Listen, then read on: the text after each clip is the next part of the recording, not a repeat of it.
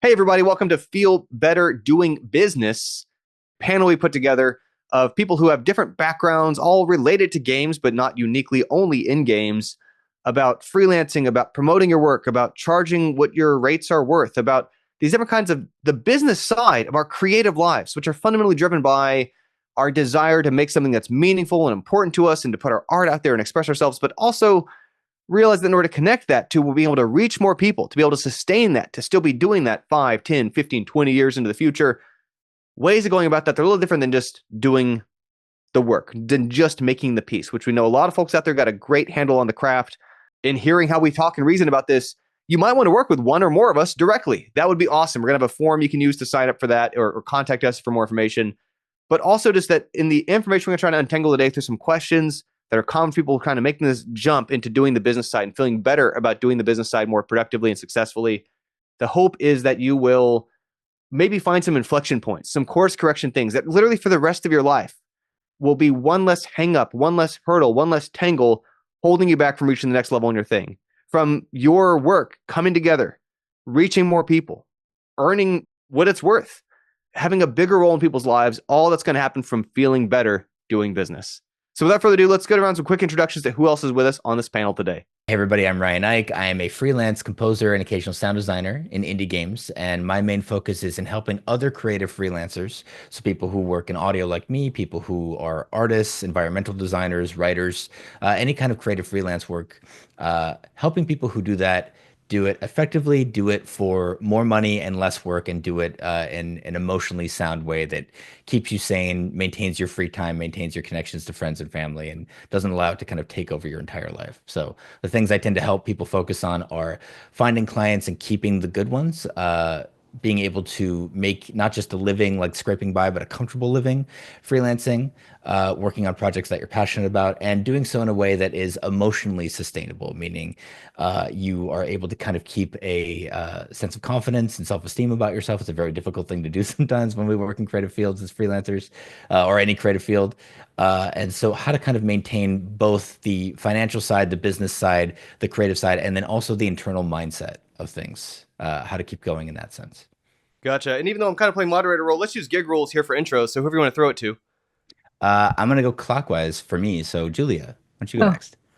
hi, I'm Julia Minamata. I'm a solo indie game dev. I'm based in Toronto, and I released my game, The Crimson Diamond, this past August.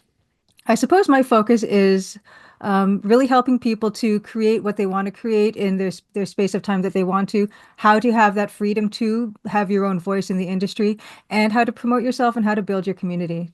Oh, I'll throw it to, oh my goodness, Anya. Hi, I'm Anya. I've been in the industry 16 years, but I'm most known as the Kickstarter person. I worked at Kickstarter for 6.5 years, started all the way at the bottom. I ended up running the category at Kickstarter for a number of years. And I went fully freelance in November of last year. Then I'm also a professional saxophonist based out of New York City. So why not just add more to the resume? My three areas of expertise as a consultant are one, crowdfunding, what I'm most known for. So if you are looking at crowdfunding and you need a campaign manager or just a general consultant, or you just want to have a one-on-one phone call, I would love to chat with you. I am also the active community manager for a small tabletop company called Resonum. So community management and community building are also another areas of expertise. And then, of course, the big nebulous term, business development. What does it mean?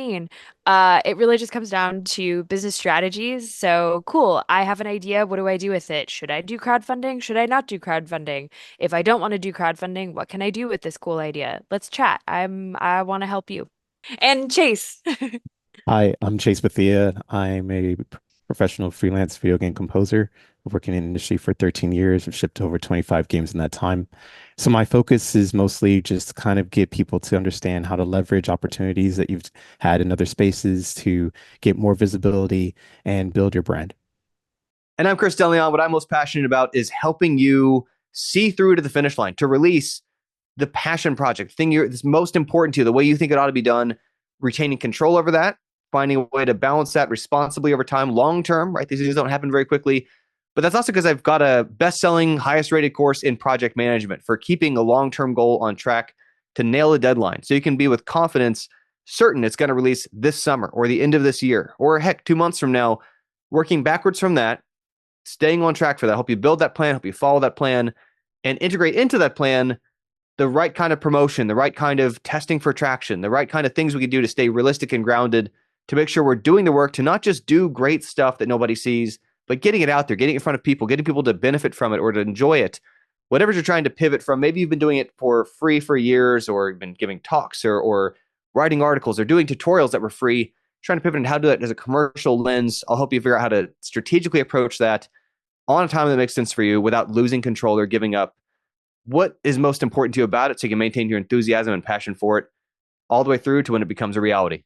People all see different parts of the Venn diagram. And so we've compiled questions together across each other's kind of lenses, as well as some from the audience. So I want to thank people who submitted questions. So our first question we have is, what's something people in your field pour way too much energy into? Where should that energy be focused instead? I'll jump in on that first. I know, especially for game audio people, but again, this does kind of branch out to other like creative freelancers. It's the equivalent of your demo reel, your portfolio, that kind of thing. Like that absolutely matters. I want to be really clear. Like you should have a website, you should have a place where people can like see your best work with the minimum friction possible, like one click, right? Like that really matters. But I've run into countless people who and I was like this too. Like everything that I'm going to say about like a whoopsie someone has made is a thing that I've done a trillion times. So like no shade, but I've run into so many people who will ask me questions, you know, going really deep on like, what does a demo reel need? Like, what should I worry about? Like, you know, why am I not getting work for my demo reel? And it's like, because nobody listens to it or looks at your portfolio because everybody's wildly busy. And like, if somebody listens to more than like 5 minutes of your demo reel or looks at more than like a couple images of your portfolio, like that's pretty wild. That's like really, really good. So I'm not saying not to have those things. You should absolutely have them. But I know so many people who burn so much of their kind of emotional and physical energy, like, you know, pouring a lot of time and power into making those things. And there's things that kind of people just sadly don't really look at. And so I feel the better pivot is have that stuff, have like the biggest banger you've ever made, like right up front for sure.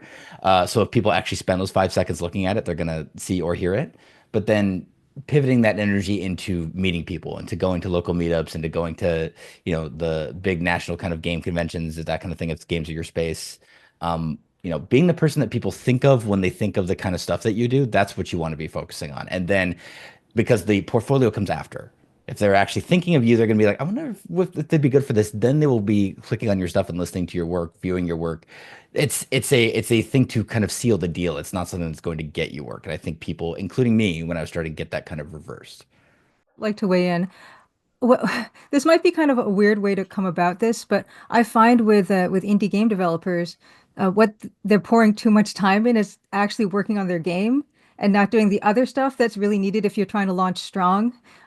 Yeah, I found that a lot of my time, I would say during development, it did vary, but I would say between like maybe 30 to 50% depending on the time, and up to launch maybe far more of the proportion of time you're actually promoting your game and getting out there, going to events, doing talks like this, all those other things that are important to get that visibility, to build your community and to make those connections.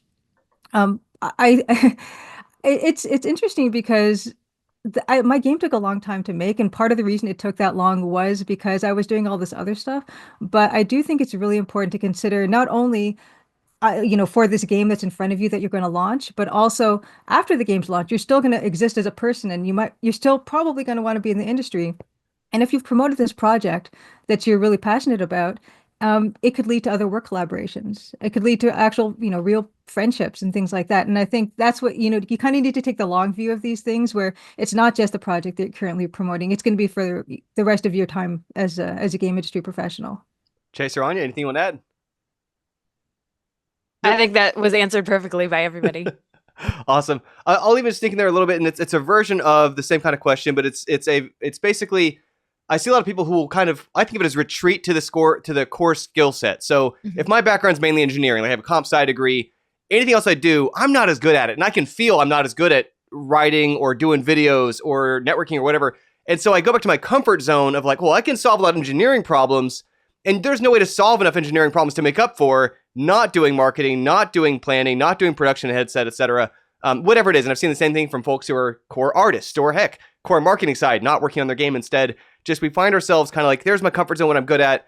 And if we want to be independent, we've got to kind of round ourselves out and do those areas that are less comfortable to us with the friction, with feeling like I can feel I'm not as good at this. You got to do it. We got our next question here. How do you balance side gigs while keeping your own projects moving forward? Which I love this one. This was not even my question. I love it because I'm so used to seeing out of many years of indie scene, games people love don't realize we're funded by like side gigs. We're funded by, they're doing other freelance hustle contract stuff on the side. So how do y'all balance that? How do you still finish your thing and have side gigs?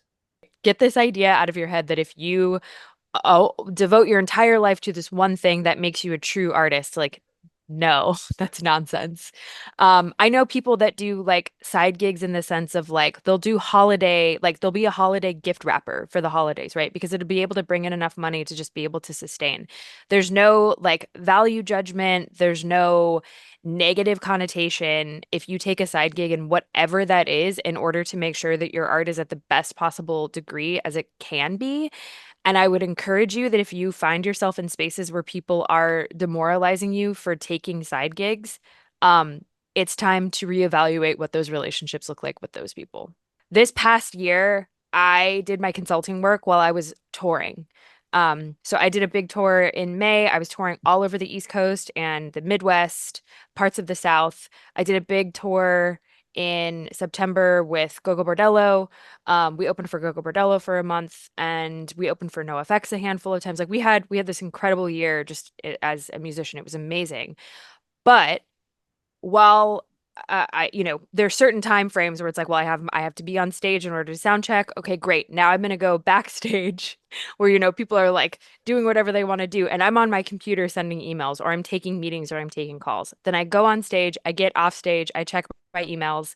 It's sort of this balance of like how to kind of figure that out. We also get to the hotel at 2 a.m. I'm up at 7 a.m., either in the gym or I'm taking calls, right? Some of that is a little bit of a sacrifice that you need to be willing to make. That's different for everybody.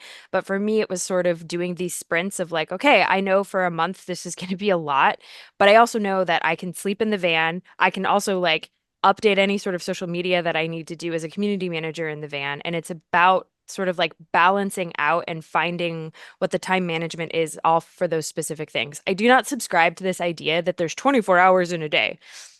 No, please don't work 24 hours in a day. That's ridiculous. Like, please don't do that. You're just going to burn out, and again, your art is going to suffer. So for me, it's really finding what those spurts are. So like I'm going to do 2 hours of focus time, and then I'm going to do 4 hours of like shutting my brain off, because I know that'll get me into the next 2 hours of whatever that focus time is. The balance between is really just taking the time to reflect upon what you can do for yourself and take care of yourself. Art is, you're never late for art. Art is on time for you. And so if you take your time and you pace yourself, you'll understand that your main quest is whatever you're working on, but the side quests are okay. I was working at Lens Crafters as an optician, and I was in the lab. I was cross-trained. It was one of the few. I took side gigs for around the holidays, checking stores if they would checking ID for people, and if they wouldn't, I give them a green card, and if they didn't, I give them a red card. It's like playing football referee. I worked as a piano instructor for some years, and I mean, the list is pretty long for things of psych, but I understand that I'm talking to my game players here. When you're in Skyrim or something, you got a lot of side quests to do, but you never forget the main quests of what you have to take care of. So side quests are always going to be okay because it always going to get you forward. And those skills that you're building are stats that you're going to be able to use forward in your main quest, no matter what you're doing. So never forget that. Love that. I have a real difficulty with this actually, and I think it comes from being a freelancer for as long as I've been. This is my first game project, The Crimson Diamond, but before that, I was 10 years as a freelance illustrator. And so the mentality you get when you get a contract that comes across your plate is this may never happen again. So I got to capitalize on this. And so I say yes a lot to things. I'm trying to get better at not saying yes to everything.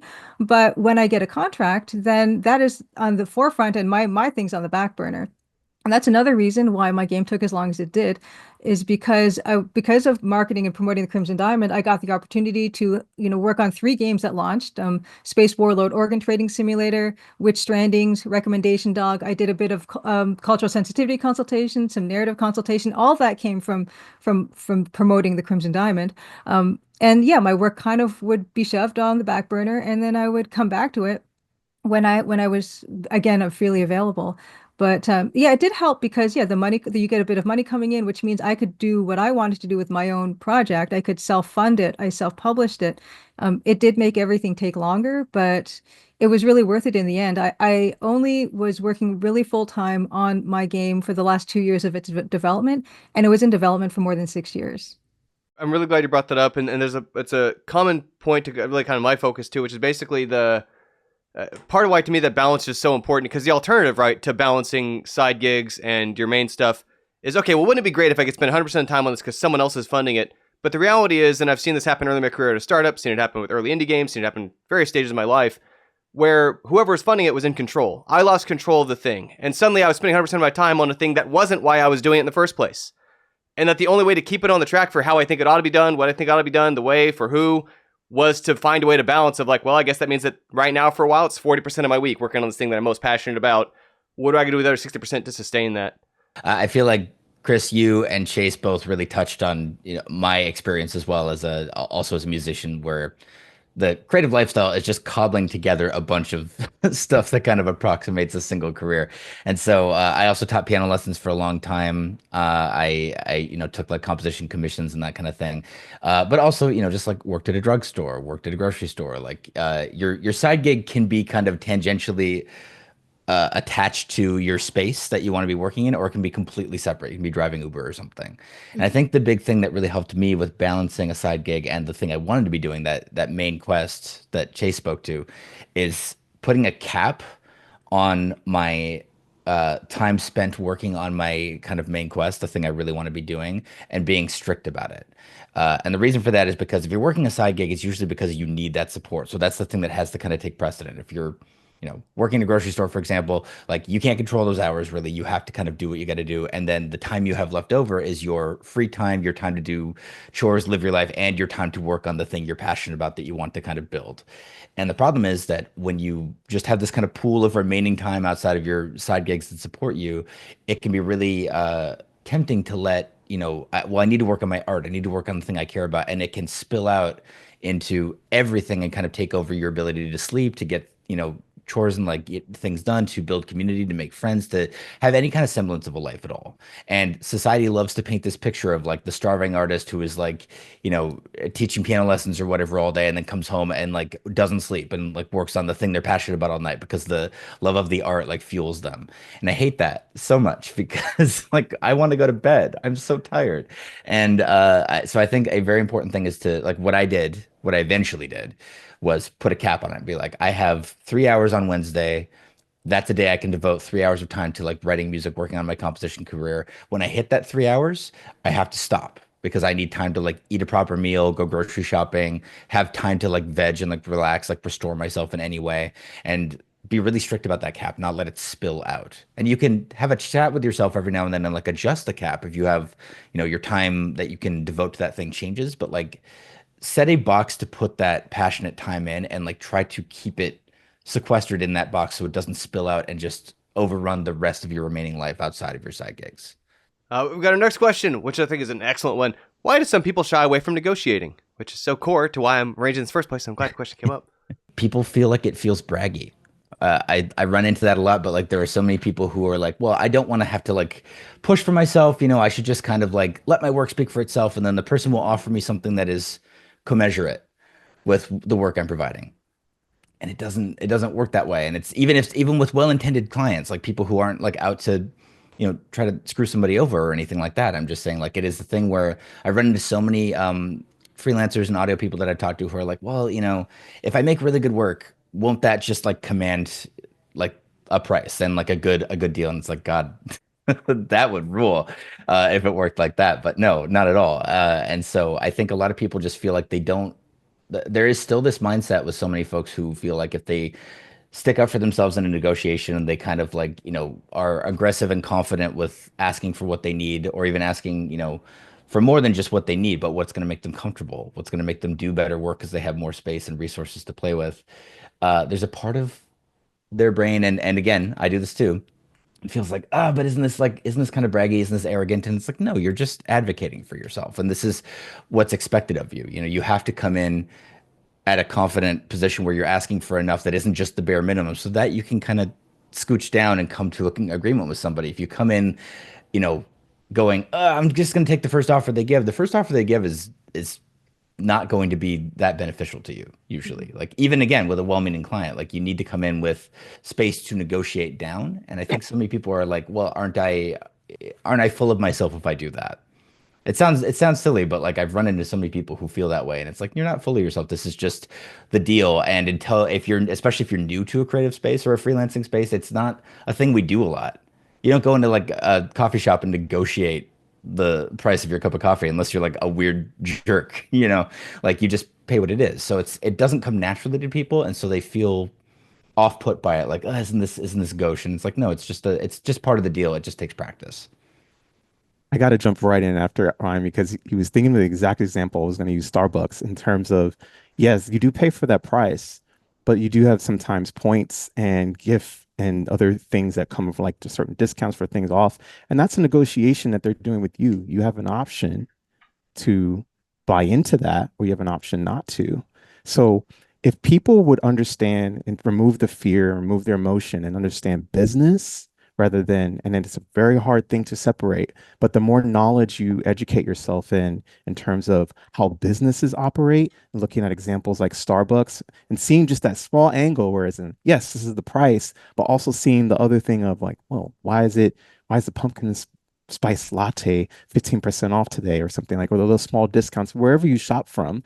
Understand that's a negotiation they're doing with you and from that lens versus in seeing it in that aspect. And the same thing is according. Not saying that you have to offer discounts to everybody you have, but understanding that those are negotiation tactics and techniques that businesses are operating on an everyday basis. They're not saying, well, our coffee's good, or let's use Nintendo. The prices of the Nintendo games typically don't go on sale. So you're always paying top dollar for Nintendo games. They're thinking our stuff is good. You're not getting a discount unless you buy it from a used person. But that would be the exception. But the remainder of the time, any other businesses are operating at this is what it is. But as Ryan was saying before, having your price be at what you are needed to sustain and get to thriving rather than surviving would be better than you just going in with the bare minimum. And the understanding and the education, and the more that you practice that mentality, the better and easier it is your life is going to become. I think to kind of add to that too, I think it's important to acknowledge that there is a level of inherent privilege that's associated with negotiation. I think the more marginalized identities you have, the less you feel empowered to negotiate in a lot of different ways, especially women in America and BIPOC women in America are just taught that you don't negotiate. I've had corporate gigs where I've tried to negotiate and I've been told, like, straight up, no, we're not going to negotiate with you. But then I learned that my male counterparts were allowed to negotiate. So I think that's inherently sort of built into the system, which is something to consider. I think the advantage of being a freelancer is you can, for the most part, strip a lot of those biases and those inherent privileges away because you're setting your own rates. Um, so I think in this Starbucks analogy, which I think is really interesting, I actually do have a coffee shop near me that does negotiations with what they want to pay. It is a like anarchist communist coffee shop.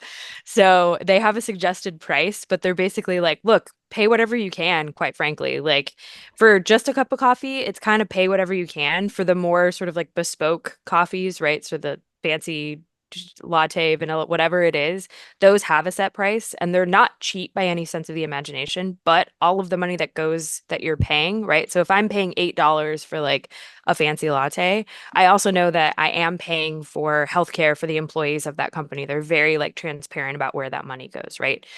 So you do have power in these situations where you're saying, no, no, no, no. it is that you want me because you want my services, and my services actually are worth this amount of money. And if you go to somebody else, that's totally fine, but you may not get the results that you want or you need. So you make the decision. So being able to negotiate, to put that sort of power, you own that power, but you give them the choice, and you sort of say, like, this is what my worth is, hard stop. I'm not willing to go any lower than this specific price. That just takes a lot of practice. And I think, unfortunately, if you do work in a lot of corporate situations, you are conditioned not to do that. I found, for me personally, being able to have mentors that sort of walk me through the negotiation process, and having bosses who like help me negotiate a better contract for myself, like while I worked under them, was incredibly helpful. I also fully recognize that is an extremely unique experience and not everybody has that. But I would say, as a freelancer, if you're able to work with somebody who is a mentor, somebody who is like very versed in like the art of negotiation, I think that's incredibly beneficial. And I would encourage everybody to find somebody that they can look up to that can walk you through that process. Coming off what Anya was just saying about worth, I I know why I shy away from negotiating, and it's because of this idea of worth and how difficult it is to calculate that. I mean, it's almost impossible, and it kind of goes from contract to contract. And I've negotiated dozens and dozens and dozens of times over the years on, little illustration contracts and then work contracts, and it never feels good. It's always a horrible ordeal. And part of that is because if you could agree to a price and if they agree really quickly, then you think I didn't ask for enough. And if they walk away, you think I asked for too much. And it becomes this horrible value calculation about your own worth that never feels good. And I still haven't figured out how to approach that in a more positive way. If anyone knows how to do that, I would like advice on that. The main thing I see is why people don't negotiate, and it touches this, is basically a fear of if I put too much, they're going to walk away. If I put too little, they're not going to do it.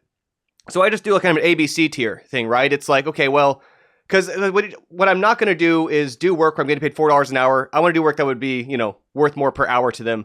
So, okay, well, if you don't have a big budget, here's a smaller contained, I'm not going to do as much, it's not as personalized or tailored, but here's what I can do for you. If you have an astronomical number, I'll put an upper bound. And if you pay me, I might have stuff don't love to do, but willing to do it if you sign that check. And in the middle, kind of my Goldilocks-ish, whatever form that takes based on who I'm negotiating or the circumstances. But that to me lets them be in control of, okay, well, given my budget, which I have no visibility on, A, makes the most sense from right now, or like, actually, yeah, C, easy. And again, I'm back to my, was C not enough on my range? But that to me helps me kind of avoid my anxiety over like, I'm going to put a number out there, it's going to say no one walk away, and I'll have no idea why. Money means so much different things to different people, right? Depends on their situation, their budgets, et cetera. And so what might seem like a lot of money to one individual, and is in relative to their life, is to some company or to some person who just, from whatever their life circumstances is different than maybe yours or mine, it's not actually asking a lot of them. It's like the equivalent at their dollar per hour of 30 minutes of their time that they traded for being able to pay what seems like a great deal to us. Don't ever feel bad from taking money from billionaires. Don't ever feel bad for that. Take it. You're reallocating their power towards things you can allocate. My partner and I talk about this a lot because he's a full-time professional musician, and he also does pet care, dog walking, and cat care on the side. And I think in a lot of creative spaces, right, if you're like, I have to take this money from like a company or an organization or even a person that you're like, I ethically do not align with this person and this feels gross. We both sort of subscribe to he just walked in and gave me a look of like, what is she talking about? But we both have kind of put this into our practice of, we'll take a certain percentage of whatever that income was, and we'll give that to an organization that would sort of combat whatever that person was doing that conflicts. So if that's like, this person has made like homophobic remarks, then we're going to donate to the Trevor Project a certain amount. If this person, has been very openly like anti-Gaza, then we're going to find a Gaza family that we can donate this money to. Not the entire paycheck, because like, again, you got to live, but like whatever you're able to donate, we've both just gotten into the practice of like, okay, we'll take money, whatever the contract is that we've taken money from. And if it's something that we struggle with of like, I really didn't want to have to take this money, but I had to pay my bills, then we'll take a certain percentage, donate it to a fund that would otherwise help somebody else. What I love about that, too, is it gives you a reason to negotiate more, because the more you negotiate, the more you're able to pass on to counteract. So our next question here, we've got, how do you advertise your services, especially, and I like this one because it's super timely, it's the time we recorded this, as social media becomes less reliable? fragmented, etc. How important is a website, social media presence? How do y'all get your services out there? One thing's doing stuff like this, hopefully. I think I've been really lucky, and I also know that that luck is starting to run out, and so I'm gonna have to like build a website. I don't have a website. I'm extremely DIY grassroots, which like being in a punk band, nobody's surprised by this, right? That's like what my entire ethos is. Um, I've been really lucky with doing a lot of word of mouth, but I also think that is a huge privilege of mine being in the industry for 16 years and like I left Kickstarter on my own volition and I left for a handful of different reasons. But like my success is also still very much tied to Kickstarter's success because I do so much work in crowdfunding. But Kickstarter gave me a huge my Rolodex just like blew up after being at Kickstarter. And part of that is right place, right time, visibility, but also like to give myself a little bit of credit here, a lot of that was also like I worked really hard and I built those connections and kept those connections and helped a lot of people at my time at Kickstarter. So I've been entirely word of mouth, which has been amazing. But I also know again that that is a privilege that I have basically up until now, and I need to like build a website. If I can insert a question, I think related to that, because there's context I want to make sure viewers have. And, how many conferences and events did you go to like per year? Let's say, especially pre 2020, just for context on how that word of mouth, like. Yeah, I was doing probably 2 to 3 events a month. Right, which is like, yeah, it's for a people to realize, lot. like because there's so much still legwork involved in Yeah. word of mouth. There was not, oh, you met someone, they passed on someone else new. You are Yeah. out there hustling. Yeah. And I wasn't just like showing up to a conference, like sort of hanging out and doing a thing. Like I was like, I think my PAX panel record is 11 panels at PAX East one year. It was 11 panels at PAX East. I actually don't recommend doing that. That burnt me out so hard because then I would have to take like 2 weeks off and just like lie on my couch like this because I couldn't move. I was so tired. It was exhausting. But that like those 6.5 years of just like hustling as hard as I could, which part of that was like the job. That was the job I signed up for. It's led me to the ability to like rely on word of mouth. But I again also like fully understand and acknowledge that is only going to take me so far, and I have to kind of like start building my brand into a larger like I have to do like a drop to get a ripple sort of situation. Yeah, I think I'm gonna bounce Avani's thing because she's exemplifying all day, all the time. The thing that I'm a big proponent of, which is one of the best ways to advertise yourself is to just try to build community. And obviously you can do that on social media. I'm not saying that's completely dead, but like my view on it has for a very long time, even when social media was more robust and less fractured and actually easier to get a lot more kind of mileage out of, has been do as much like meeting people and making friends in person as you possibly can. So like I'm very privileged in that I live in Seattle. That's a very big games hub. You can throw a rock and hit a game developer. You shouldn't do that. It's a bad way to make friends, but like theoretical rocks. And so I can go to things like PAX West very easily. I can go to a local meetup almost any day of the week that I want to go to one. But I want to stress that I spend a lot of time talking to people who don't live anywhere near a games hub. This is still a thing that you can do just with more kind of like planning and maybe less frequency. You can hopefully save up and plan financially to get to one major convention like every couple of years or something. You can find smaller like games hubs on IGDA and that kind of thing, like smaller events that are being hosted somewhere within your radius that you can get to. There are things like online game jams. These aren't in person, but you're still a big key for when you're making community with people online, I think, is to do something with them. Not just kind of like talking and commenting on each other's work. That's great, but like something like a game jam online, like Ludum Dare or something, is really really good because you're meeting people and you're creating something together. And when you build community, especially as a freelancer, especially in games, but any kind of creative space, that's when, like what Ani was speaking to, like that word of mouth, that's why I imagine she has so much power, from that, is because she's so good at meeting people, is my understanding. Like, you see like the kind of person who is very like out there and just very good at like constantly like meeting people, 11 PAX panels, my God. And, so like, right, as you said, maybe a bit much, but like my point is like people who are really good at like kind of making themselves a fixture in in-person spaces when possible, and digital spaces are totally great, but like when you do that, kind of focus on like what can you create, what can you make together with people. And that's the kind of thing that builds that weird, random seeming word of mouth where it's like this person told me about somebody who needed my work on something, or I got recommended like through a chain of like 5 people to this job, and everybody's like, how do I repeat that? And it's by building that community and by, just literally trying to kind of make friends. And in person is always going to be, in my opinion, 95% more effective than kind of just sending emails and like social media DMs and that kind of thing. That's still very, very useful. I'm not saying don't do it. But I think whenever possible, kind of like getting out there and going to some kind of like local meetup, a game jam, one of the big international or national meetups, when they happen, like that's the stuff that really starts to kind of move that ball. And I know people who have had success with that who literally are not on social media. They hate it. They're not on Instagram. They were never on Twitter. Like I know people who have had success.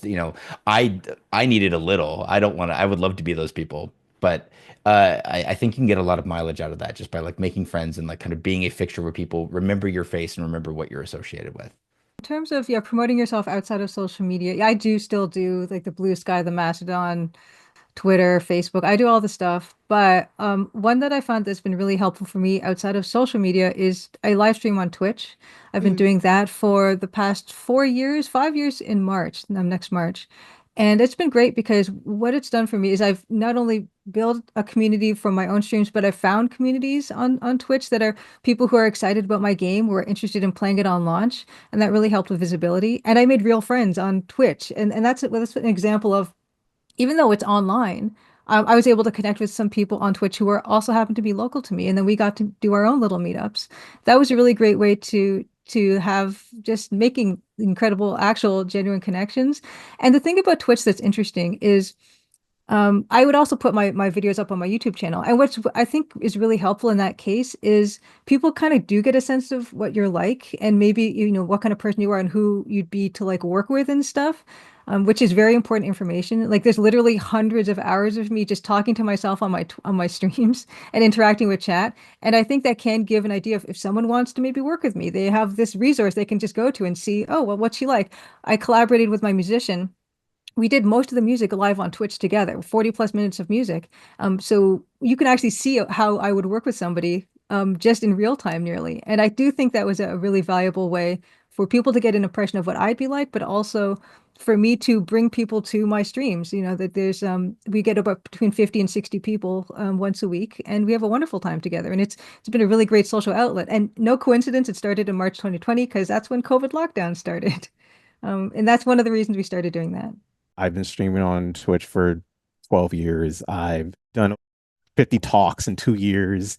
I was on Instagram and got off, and there's a power with saying that you're not on Instagram, and it just really feels good, but it's still kind of strategizing the visibility in terms of where I want to be and how I want to be. I'm mostly transforming into like what I feel like is the legendary Pokemon. So when the visibility happens, like you're like, oh snap, there's a Ho-Oh, like what? There's a Mew, like what is it? But for my reboot fans out there, I have the mentality of just being the Bob of the net. I learned a long time ago from Penka Kunova. She's a composer and orchestrator. Went to her orchestration masterclass many years when I was starting out. And she says, you have to create your own opportunities. And with that being starting out, you're soaking up things as almost like at the infancy stage as a sponge. And so my brain was mostly soaking up those ideas. And I built upon that over the 13 years to always be able to see the opportunities that I was looking for and then leverage those things into other things. So if I had this talk, I'd make this video, I'd make this YouTube series on YouTube then I'd stream it on Twitch. And from Twitch, I'd say this, or I can pull this in for a sponsorship. For the sponsorship, I can leverage that into a magazine. From the magazine, I can use that for the podcast. The podcast now gets me a gig. The gig now gets me into this space for the conference. The conference gets me the talk. And it's a cyclical process that now, like I said, like I really became Bob of the net in my mind and then started to manifest it in real time. And building my own strategy guide, like mostly the thing that I mentioned too is like I want to kind of just briefly touch on the make friends and networking. It's a start within yourself. You have to have an intent of who you are to be genuine, because making friends is when you were a child in school is not the same as making friends as an adult. You have to have an intent in terms of what you want. Do you want quality? For me, I know I have three principles. I have respect, That's consistency and reciprocity. If any of those falter, one of those, the ship is gone. And so I don't go out looking to make a bunch of friends. I'm looking for quality and for whoever I have to be what I want to attract. So know that I'm genuine and that I'm real and only need one. And was one will speak to it. It's like the tell a friend to tell a friend. And then that's how that whole word of mouth kind of perpetuates. It's an odd visibility game. Like I said, I'm the amalgamation of what everybody spoke of, but I do it with a good heart and I do it with focus and self-management. In my case, it's and obviously my main work's a little different than some other folks here in terms of most of my services really they're at scale in a different way. They're typically lower price point, but my home team being my main business costs more than a game, but less than like one-on-one consulting type stuff. But it's basically some variation of usual internet marketing kind of thinking in ways that can feel kind of like, I don't know, off-putting if you're not familiar with these kind of terms. It basically depends on where someone's experience level is when they find me, of how aware they are of their own journey in terms of its relevance to what I'm doing. So if someone is totally fresh finding me, I've got two things for that. There's like a little quiz they can take online. There's a email sequence of pre-written emails they can sign up for, etc. On the other side of that, there is people who already have heard of me, met me somewhere at some event, kind of background checking me, I think of it as, of just trying to feel like, do I trust this person? Does they have a reasonable head on their shoulders? And so even that's been a strategic change. Of like when I got this, my little YouTube award, I used to do viral videos, and those were all about high volume to try to get some people from that to my free course, to go to my paid course, traditional conversion strategy. Anymore, my YouTube channel, I pivoted hard towards just sensible videos of me talking to the camera, and I get way fewer views, but I think it better establishes trust of like, that's a person I can actually work with. Like that person's, their energy's not out there. That's just a reasonable kind of read, in the same kind of way of Julia talking about streaming stuff. And so even then, when I then try to move towards more of my consulting stuff, which any given time I'm juggling a few outside of my main home team things, it's basically trying to make sure there's visibility on, I've been doing the thing they might want help doing. They want help doing something with their business, their services, their videos, their content. They want to make an ebook, they want an audiobook, they want a video course. They can see I've done that. And so it's sort of like Julia talks about Crimson Diamond being a calling card of like, okay, well, I did this for my game. I can obviously answer some questions in parallel to maybe nothing to do with Crimson Diamond, but about someone else's kind of project and stuff. And that's been my lens. But it's very much, I'm across everything. I'm a big proponent of you got to be where your customers are, where your clients or service people are. And so I end up chasing those around to where do I find them. Recently had someone else in mentoring in business out here who resisted being on Facebook because he doesn't like it. And I get it. Big mood. But the kind of people he's trying to reach, the age strata, the areas of specialization, that's the network that they're on. He eventually had to get over himself and go fishing in the pond that has the kind of fish he's looking for. And like, that's just part of doing a business, right? We've got one. So this one from the audience. So I'm excited. But I said I'd anonymize who they were from in the audience. How does a freelancer deal with not being able to deliver on the contracted product or service, whether from prevention side or remediation side? Like, what do you do if you've agreed to do something and you're like, wow, this isn't going to work out? Not to make myself sound like a buffoon who can't do his job, but I live there a lot of the time. Like, so if I can start on that, I think for me, it's kind of a two-pronged thing. The first part is just accepting, especially if you're new to the game or if you have not done any freelancing yet, but you want to start that kind of career space, it is going to happen. Like a lot of people break into this and they're like, I'm going to be the one freelancer on earth who has turned in everything that is asked of me on time, no matter how unreasonable it might be. 5 stars, scratch and sniff stickers across the board. It's like, it doesn't happen. You are going to fail to deliver things. And sometimes it's going to be your fault. Like sometimes it's because the project isn't scoped correctly. Sometimes it's, mistakes or just issues with other people on your team. Again, that may not even be their fault. Like it's not always in your control. Sometimes it is. And that's okay. Just being accepting of the fact that like that is going to happen. That is part of the deal. And it is not a failure. You are not bad at this when that happens. It's just a thing that you have to kind of overcome and deal with. And then my main kind of tool for navigating when that is happening and when it has happened is the same tool on both sides of the coin, which is just communicate as much as possible. It's not always easy to measure art. Like I don't still have a good metric for like how long will it take me to do a fully orchestral piece of music versus like a folk tune or a chip tune or synthwave or whatever. Like they all take different amounts of time. It depends if the brain is there or if it's sideways that day. There's so many variables to things. So it's not easy for me to measure like, yes, I can do this thing that I'm being asked to do in this amount of time. But what I I can do is as I'm getting closer to that deadline, as I'm realizing how it's going, as I'm discovering new problems or issues or realizing new questions I have about this thing, I can communicate with my team or my client as much as possible. And when it starts to get to the point where it's like, I don't think I'm going to be able to do this how they want or in time, just being confident enough to be like, hey, I don't think I'm going to be able to do this how you want or in this amount of time. The sooner you can say that and the sooner you can start kind of communicating that stuff, the easier it's going to be to both correct so that you end up delivering something, if you're working with a reasonable client, which hopefully you are, or the easier it's going to be to point back to your kind of trail of receipts, where if you actually hit a deadline, the thing's not ready or it's not what was asked for, or there's some kind of, some kind of issue with what you are providing, you can point back and be like, well, this was a thing that we discussed. And that's not to be like, I told you so, but that's to be like, hey, I didn't, what people desperately don't want is for you to come out of nowhere all of a sudden at the last minute and be like, I don't have it. And it's just like a shamble of like broken pottery shards in your hand. Like they want to know that this is going to be the case. They don't want surprises. And so understanding that, yeah, you're sometimes not going to deliver. And that's just part of making creative stuff that happens. But communicating with the people you're working with and working for is the way to kind of negotiate a lot of that so that they see it coming with you and they help you try to redirect it. And then if it still fails, it's a thing everybody knew was coming. It sucks. I'm not saying it's easier or feels good, but it's a thing that like you can mitigate by talking to people about the fact that I don't think this is going to happen the way we want. What can we do about that? I actually haven't had this problem, and it's not a boast that I haven't. It's only because I really tend to underestimate what my skills are, which means I don't take stuff on that I'm not like pretty sure that I could do. And I could probably be better about really trying to get out of my comfort zone and try things that I feel like are a bit more ambitious for me, but I don't. And that means that I've always delivered.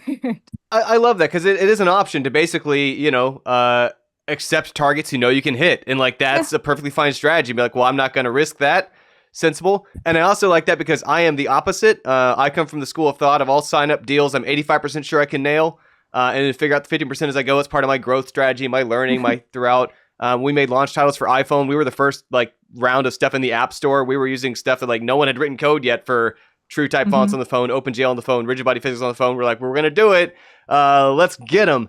And to me, that's partly, it's exciting. It's still kind of like obviously a little terrifying, but it's some mixture of, like Ryan said, communicating, expectations. And this is where also I've learned each of us as specialists have visibility on things that the other side doesn't, right? They're hiring us to worry about specialization details. And if we just come back with details about like, oh, well, unfortunately, things are looking messier than we expected. The audio code wasn't expected from the library to do what we thought it was.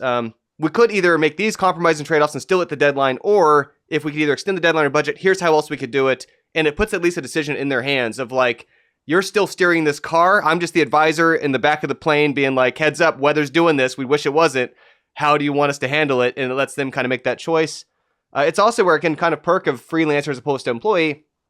Obviously, it depends on how the deal is structured and NDA, secrecy, etc. But asking for help is not out of the question among your peers. If they are doing a deal with your LLC and not using an individual and you have proper transfer of rights, etc., you could literally hire on additional audio help, writing help, programming help, whatever. And even then, kind of in a smaller gray area, and again, not saying anyone should buy the NDAs, whatever. There's a level of part of our contact networking. Part of the value of the networking is to be like, okay, well, someone of my friends has handled this sort of thing before. Even just get on a call and not to them talk about the details or the code or whatever, of like hitting them up to be like, am I missing something here? Can you kind of talk me through your mentality of overcoming this stuff? Goes a long way, because they're often, no one advertises that like, oh, I was struggling and it barely happened. But like most people have been through that. And when you get hit up peers in your professional network who've been able to sit around, and again, it's part of the in-person, it's easier for this than like in a video on YouTube, which I want to thank y'all for doing this. To admit that stuff, people will just say all kinds of stuff in person that they would not say on stream, that they would not post on B-Sky about like, yeah, I barely pulled it off, but like it happened. And talking to those people, knowing who can reach out to be like, how did it happen? Goes a long way towards like, oh, it just was barely duct taped together under there. But as long as you don't, stand in the corner of the room in the Dutch build, the game doesn't crash or something. And like, that's kind of just games. You hit me with that. I realized, no, I did that. I did say it almost didn't happen, and but I did it. I made it happen. I said that publicly on a podcast a few times. But I thought about being conspicuous about it would give people an understanding that it is going to happen and that it's relatable to others who are going through it in that regard. Because you don't know what your mind is going to do sometimes. You're not always in control. So when you said then like, hey, nobody really said like, actually, I did say that. I It appreciate just that transparency. This is a question that's super important to me. It was literally part of why I brought this panel together, why I've been doing this whole initiative for months in my YouTube channel. Why do people have a hard time promoting their work or services? I still struggle with that in some capacity. I think for me it was the leap from always having a company name attached to myself. And I really this was like one of a this is actually a really big reason why I left Kickstarter was I started to be known as Anya from Kickstarter, and so I started to become synonymous with the company.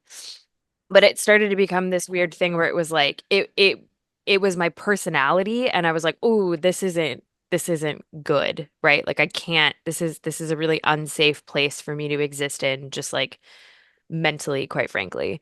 So for the first like 3 months of me as a freelancer, three to 6 months really, I was like, I don't know how to identify who I am as like Anya Combs, the individual. And so it was a little bit of a weird challenge of being like, right, I'm not beholden to anyone but myself. So like my values, my identity are not tied to a company, they're tied entirely to myself. And so that was a really, really complicated 6 months of sort of figuring out like what is it that I can do and what is it that I want to do? Because those are actually two very separate things. So in terms of like promoting who I was like, oh, I can do this huge list of stuff. And it was like I talked to a friend, I talked to a guy a lot about this, and he was like, you need to narrow it down to three things. Like just do three things that you are like very good at.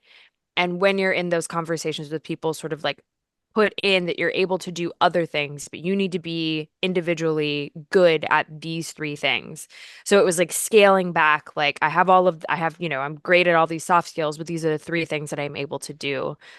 But in terms of like promoting it, it was like, well, there's a lot of business development consultants, right? And so the thing that I've been able to do to separate myself from a lot of biz dev consultants is like, well, I have this crowdfunding thing that I do.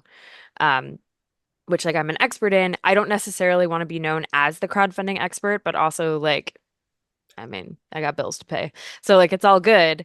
But it was like figuring out how to promote myself with authenticity, which for me was like it's just being honest and being who I am, which that sort of helped.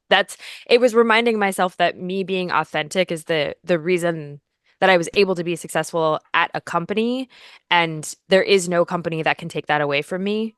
So just riding those coattails of like just being kind of genuine with who I am and saying like, yeah, I have $1 billion that I helped raise for a bunch of game creators, and like it doesn't matter if I was tied to a company or not. That was actually me as an individual working with a team, but it was still me that was able to do that.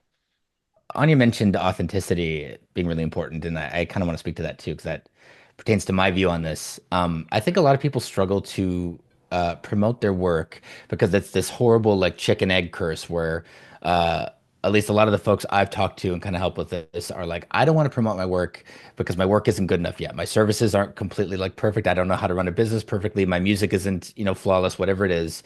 I don't want to promote it till it's amazing. And then it never gets to the point where it's as amazing as you want it to be because that's how creative stuff works. So you never promote it and you're kind of stuck in this loop forever. And I think a big way to break out of that is to get comfortable with just being authentic and posting stuff that's like not done, like sharing and promoting work that is in progress. Because a lot of people actually really engage with that. Like when early in my career, I only shared music that I was like, this is as good as it's ever going to get, even though it never was really that. But I was like, I can't think of what else to do to improve this. So I'm going to put it out there. And I get a lot more engagement when I share stuff where I'm like, okay, here's the thing I'm working on. It's not done yet. Like this track and this track is trash, but here's how I'm improving it. Here's what I'm doing about it. And kind of like showing the process of things. And this can be the same with both the thing you're actually creating, and it can just be the same with, your business as well. Like I do a lot of talking on Instagram tends to be my main platform these days. And I do a lot of talking, kind of showing my whole butt as far as like, here are the things about freelancing that I get wrong sometimes and what I'm doing about them. Here are the things in my career that I have screwed up and still screw up sometimes, the mindset things, whatever it is, and what I'm trying to do about them, what I think is the healthier way.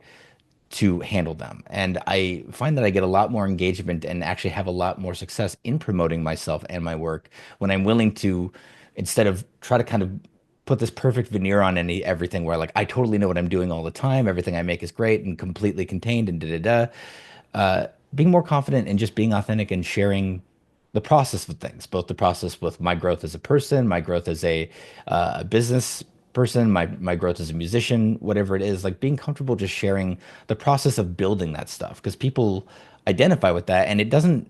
I think the misconception I've run into a lot is people are like, "Well, doesn't that make you look bad?" And it's like, no, people, everybody is struggling to make stuff and to build themselves up if they're being real with themselves. And so when you are willing to share that, they go, "Ooh, this person like is hitting some struggles and they know how to they're working on these things." Like that's the kind of person I would like to associate with or work with, hopefully. Like this, it's actually a really effective way to kind of put yourself out there. So I think breaking out of that horrible like cycle of I can't post, I can't share, I can't promote myself until I totally know what I'm doing and my work is great.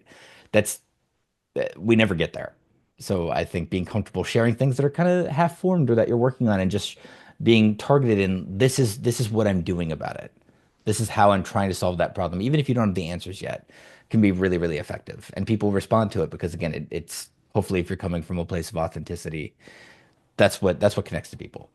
I didn't go to school for game design or game development. I went to school to learn illustration and to be a freelance illustrator. And what was really good about that is they actually taught us about self-promotion and how to be comfortable with that, how to make our own websites and how to, design our own promotion materials and just the cycle of what that means and the recognition that that is going to be a part of it. If you want to, make money or even to make a living in creative work, it's part of it and it's almost inseparable from those things. And when I left school, and even when I stopped being a freelance illustrator and went into game design, I took that same idea with me, where I know this is what just has to get done. And because I had that comfort, we talk about having, a certain comfort level with these things, just knowing that that was what was necessary and just carrying through with those same practices, I think was really helpful. I think is what Julie was talking about, that they're not taught in the positive way to get that practice out.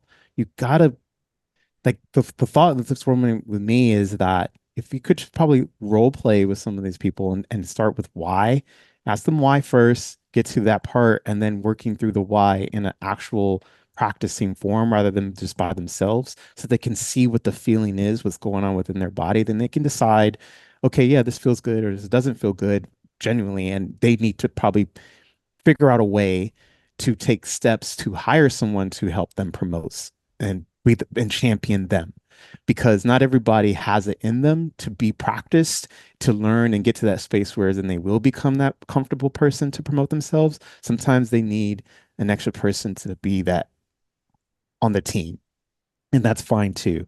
But to start with why and to work at the foundation and at least get an education will probably be able to get to that decision faster. And that the only way I can feel that is by going through the experience. Without going through experience in a real-time form of putting themselves out there and being and feeling shame and feeling anxiety and feeling scared, they can do it in a safe place. And that might help them get over that fear.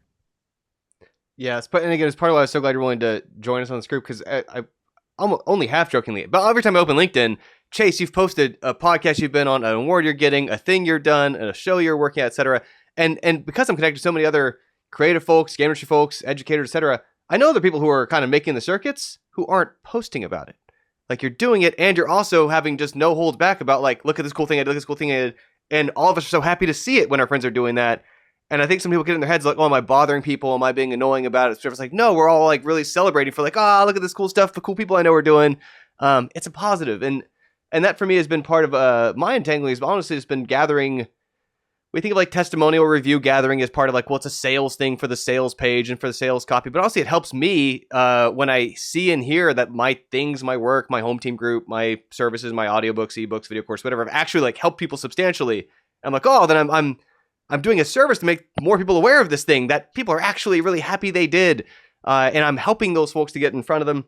There's a kind of maybe more so on Facebook culture than LinkedIn. It's kind of weird how online winds up with these different kind of just regional dialects and attitude differences, but almost like an antagonism about self-promotion as seeming like a negative thing. But I feel like that took me a long time to get over this. when folks are with giant companies, there's an entire department who is being way more annoying with billboards and spamming our physical mailboxes and TV commercials and like stuff before movies. That's way more intrusive to my life than when it's like, oh, Gary's doing something rad. Like, I'm so glad to hear about that. And so just realizing that if we don't have a whole department doing it for us, we got to do it for ourselves. If somebody is really, really that mad to see I'm promoting a thing I'm doing that's helping people or I feel good about or put my whole self into, to be blunt, I got to shake that person out of my life sooner rather than later. I'm not going to benefit from having +1 connection on LinkedIn or Facebook. So that's been part of my lens on it. But it is a very awkward, tough thing to do, getting over that. It's also where, and it leads to our next question, but it's when we're doing stuff we're really passionate about, right? It helps us feel like, okay, well, this is actually the game I wanted to make or the song I wanted to produce or the thing, the show I'm really proud to put on or something. It's much easier to promote it shamelessly, hopefully, because this is how I think it ought to be done. It's not like I'm doing some sales thing where someone gave me some product I don't feel good about, I don't think actually delivers, I think it was done the wrong way. That's going to be a high friction moral thing of, am I selling supplements that do nothing or some weird schemey scheme? No, it's like, we're actually doing a thing that we're happy we did the way I think it ought to be done, which to our next question, what benefits have you seen in working on projects you're passionate about? That to me is the most obvious. It becomes easier to promote because I feel like every single person who sees this, plays this, watches this, whatever, potentially their life is better for it. And I feel more like I've had my contribution in some small way, separate from business ROI, charts, numbers, justifications. Other thoughts on benefits of working on projects you're passionate about? Chris, we've talked about this idea, this perspective on how promotion is not about trying to sell people things that they don't want or need or try to convince them they want something. It's about saying, yeah, this is something I think you might find helpful or you might enjoy, or this might just make your world a little bit more fun or nicer, easier in some way. And if you can reach those people, that's fantastic. And it does feel like you're providing the service, which is a lot easier to think about in that way if you are genuinely like super into what you're putting out. I think at the end of the day, if you're working on something that you're passionate about, the results are going to be probably better than something that you're just sort of like mediocre about, right? And so it's twofold. So one, the client is happy, whoever it is that you're working on the thing with, whoever that is with. Or if it's just individually, right? Then you get to add to your portfolio or something that like genuinely makes you happy. Like the thing to keep in mind is like people pick up on the things that you're excited about. So there's a real phenomenon that happens where even if they aren't necessarily excited about the thing that you're excited about, like excitement is contagious. And so being able to see like this person is so thrilled about the thing that they were able to do, and let's say that like I don't understand it. It's not for me, but it's also not supposed to be for me, but I'm happy and proud to watch this person do the thing that they are proud of. That has an impact regardless of whether it like, has an impact on somebody else necessarily. But there's a positivity that comes with that. And if you're adding it into your portfolio because it's something that you're proud of, somebody is going to take note.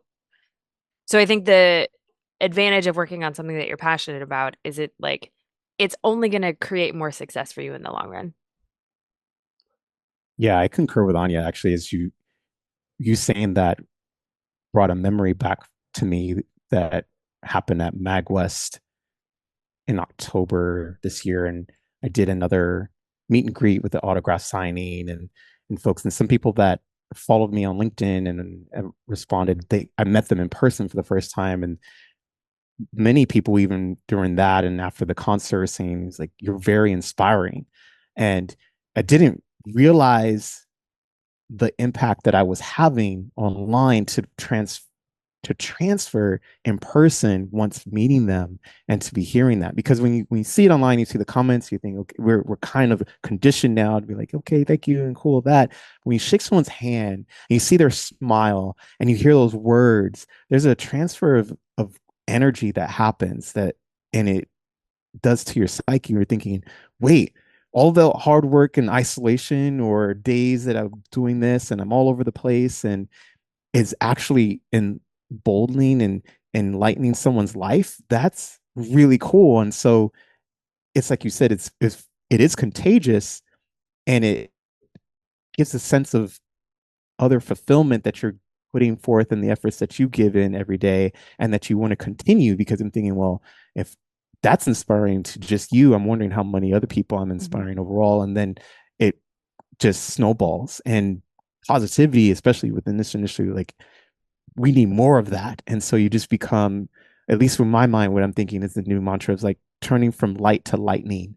Whereas, and you can just make it electrifying for everyone to continue and to go forward with that inspiration. My thing that I've noticed is when I'm working on a project that I'm passionate about, I find myself being more collaborative. I find myself like finding a lot more space to bring other people on board to what I'm doing because, like folks in here said, passion's contagious. And uh, part of when I'm excited about a thing I'm making, I'm like, a place my brain often goes to is, who else would be stoked about this or who would be really excited to help me do this? And then I end up kind of bringing other people who I think would align with that, like into work on things with me. So like one of my favorite albums I ever got to do was for a game called Where the Water Tastes Like Wine, which is a like kind of semi-fantasy, America in the Great Depressions about like wandering the country and telling stories and riding the rails and stuff. And so I was tasked with writing this big collection of folk music from different parts of the country to kind of exemplify all these different cultures and stuff. And I was like, this is really exciting. But also, I'm a straight white guy, and a lot of the people in this story aren't. And who can I get, like, who's going to be excited to do this with me? And I ended up doing the most collaborative album I've ever done in my career up to this point. Like, I worked with R&B and opera singers. I worked with a flute player from the Navajo Nation who kind of like taught me a lot about like how to write for that kind of thing. I worked with Spanish language singers who translated some of the music I was writing into Spanish lyrics for some of the like norteñas and like songs that were coming out of Mexico in the game. Like I worked with people from all these different musical backgrounds, all these different cultures, and part of why that was because they were super additive to what I was doing and supplying things that I couldn't do. But part of why I had the kind of drive and like impetus to even reach out and be like, this would be way better, is because I was super passionate about making this a really, really good thing. Is it something that I could have, probably done some semblance of folk music from all these different like backgrounds and kind of tried to do it myself? Sure. Would it have been as good? No. And because I was excited about it, it got me immediately thinking, who else is going to be excited about this thing? So I think that's another way that passion is contagious, is it just drives you to kind of bring other people on board and help you make a cool thing that you're excited about. And that's one of my favorite things about working on projects that I am genuinely passionate about, is I immediately am like, who else can I get involved in this? Love all that. This partly, I think relate close enough. When I was teaching little kids some years ago, it was a weird school up in Malibu, non-traditional, and I was younger than I'm used to working with, ages 4 to 10 instead of my usual grown-up groups. And that's a case where I was kind of studying, like, what does Bill Nye do? Because he's someone who's used to working with like youth, and right, his approach is never about helping people pass their first spread physics 101 worksheet, but it's like getting you jazzed, enthusiastic about atmosphere, about science, about space, about planets, about whatever. And to y'all's point, basically like enthusiasm is part of the thing you can put there when you're passionate about something. That's way more likely to transfer. It's way more likely to sell if someone who actually feels like they are genuinely happy that this thing exists. They can bring it to you. They can share it with you. And this is part of why, to me, control over projects becomes so important, maintaining and not letting it get handed off to something else to steer it, to own the long term, the whatever of, well, I'm going to start holding back and feeling less good about it if it's had to get yanked in a direction I don't necessarily agree with, or in a way it's being done, I think is feeling compromised as compared to if I can find a way to sustain it on my own runway. And so that's where, to me, the making sure I'm doing what I'm passionate about, make sure I can still pass on that enthusiasm about it, because the moment that that's gone, I can't fake that. Or if someone tries to fake it, people can tell. And so I think having methods and video courses and things I can really get fully behind, of like, this is the best I knew how to deliver, the way I think it ought to be done, lets us bring that enthusiasm to it, which is just, it's almost like a cheerleader effect on top of whatever, here's why it's useful, here's why it's interesting. I think a lot of people gravitate to that because they want to rub off on them. They'd like to also be, that looks like a positive trait to find in themselves as well. Which again also comes through games and entertainment and music and all these other great things in our lives. What tips would you give your peers for how to network effectively? Because I think a lot of us here are pretty heavy-duty networkers. What are you doing? How do we do that? I feel like that question is targeted 100% to me. No. It was a Ryan question, but I did merge your question with it. So there is like a half and half going on there. That's fair.